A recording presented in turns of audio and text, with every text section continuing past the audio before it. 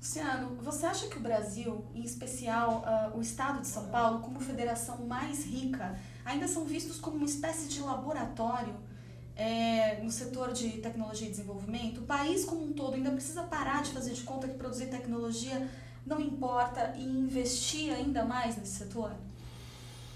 Bom, o Brasil tem muitas coisas importantes, né? Quando a gente fala, porque inovação tecnológica, no fundo, o que está por trás de tudo isso? Nós estamos falando de competitividade, né?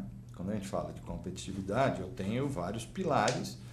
O Brasil ainda tem vários que ele precisa melhorar para voltar a ser competitivo a nível mundial. A gente ficou num berço esplêndido nesses últimos 10 anos, achando que o mercado interno era o suficiente para todos nós, e paramos de trabalhar o mercado externo, perdemos. Eu mesmo tinha uma empresa que exportava 40%, hoje exporto zero. Porque o mercado externo ele é muito, não é uma coisa, você demora para conquistar clientes lá fora, às vezes demora 3, 4, 5 anos para você firmar um cliente, e depois que você perde, ele é mais 4, 5 anos. Então, mesmo que eu tenha uma desvalorização cambial, mesmo que eu tenha algumas melhoras de capacidade de custos, você não recupera esse mercado um dia ou outro. A não ser produtos que tenham uma certa, né, commodities, ou carros, algumas coisas que já têm uma lógica diferente. Mas a verdade é que o Brasil é um dos piores países em competitividade no mundo. E por vários fatores.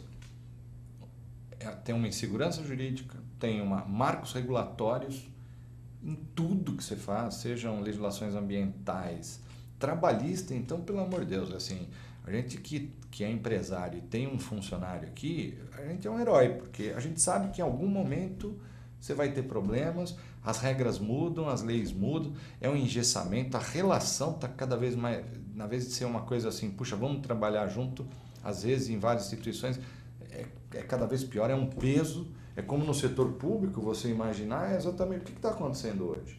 Eu tenho lá um volume de funcionários, eu tenho uma estabilidade de emprego, isso tinha que acabar.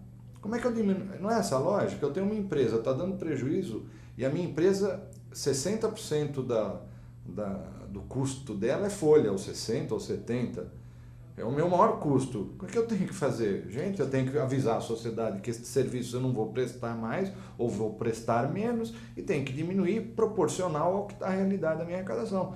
Mas o setor público não faz isso. Ele fala o seguinte, não, vou aumentar imposto e cobrir esse furo do meu caixa. Mas a sociedade não aguenta mais, né? Você está matando as galinhas dos ovos de outros para fazer isso. Então a inovação, desculpa, eu divaguei um pouco no assunto, mas a inovação é um dos pilares da competitividade. Ela é fundamental.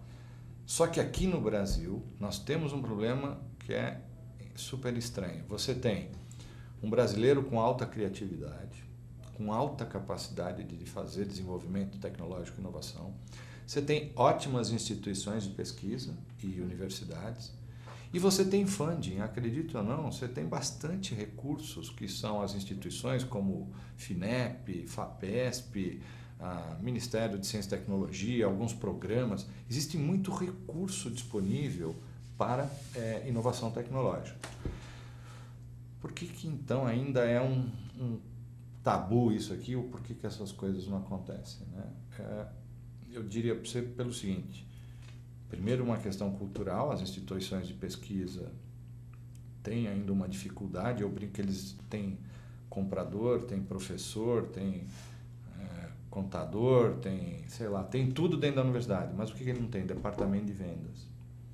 E as universidades e institutos de pesquisa deviam ter vendedores que fossem ao mercado, bater na porta das empresas e dizer assim, olha, eu tenho aqui tais expertises, não interessa para você? Quer que eu faça um diagnóstico na tua empresa para ver se eu diminuo um custo, se eu melhoro um produto, ou se eu trago uma ideia de um layout, um design diferente para o teu produto? Ou até a criação de patentes, né? Exatamente. Criação de patentes na área da acadêmica também é um tema super importante. Então, se esse cara fosse lá e aí o empresário, tá bom, eu te contrato, qual é a vantagem? É vantagem para a universidade, instituto de pesquisa, porque ela vai primeiro receber recursos. Segundo, que ela vai estar mais atualizada, porque a universidade, quando ela se isola e não conversa com o setor produtivo, ela fica obsoleta, porque ela está ensinando coisas que as empresas já evoluíram no processo E quando ela mantém essa conexão, é um caminho de mão dupla, que faz com que também a universidade mantenha-se atualizada. Então, isto é fundamental. Por outro lado, você tem uma dificuldade, que aí às vezes não é da universidade, que é as histórias das legislações e marcos regulatórios. A Lei de Inovação Brasileira é de 2006, é muito recente, né, novinha.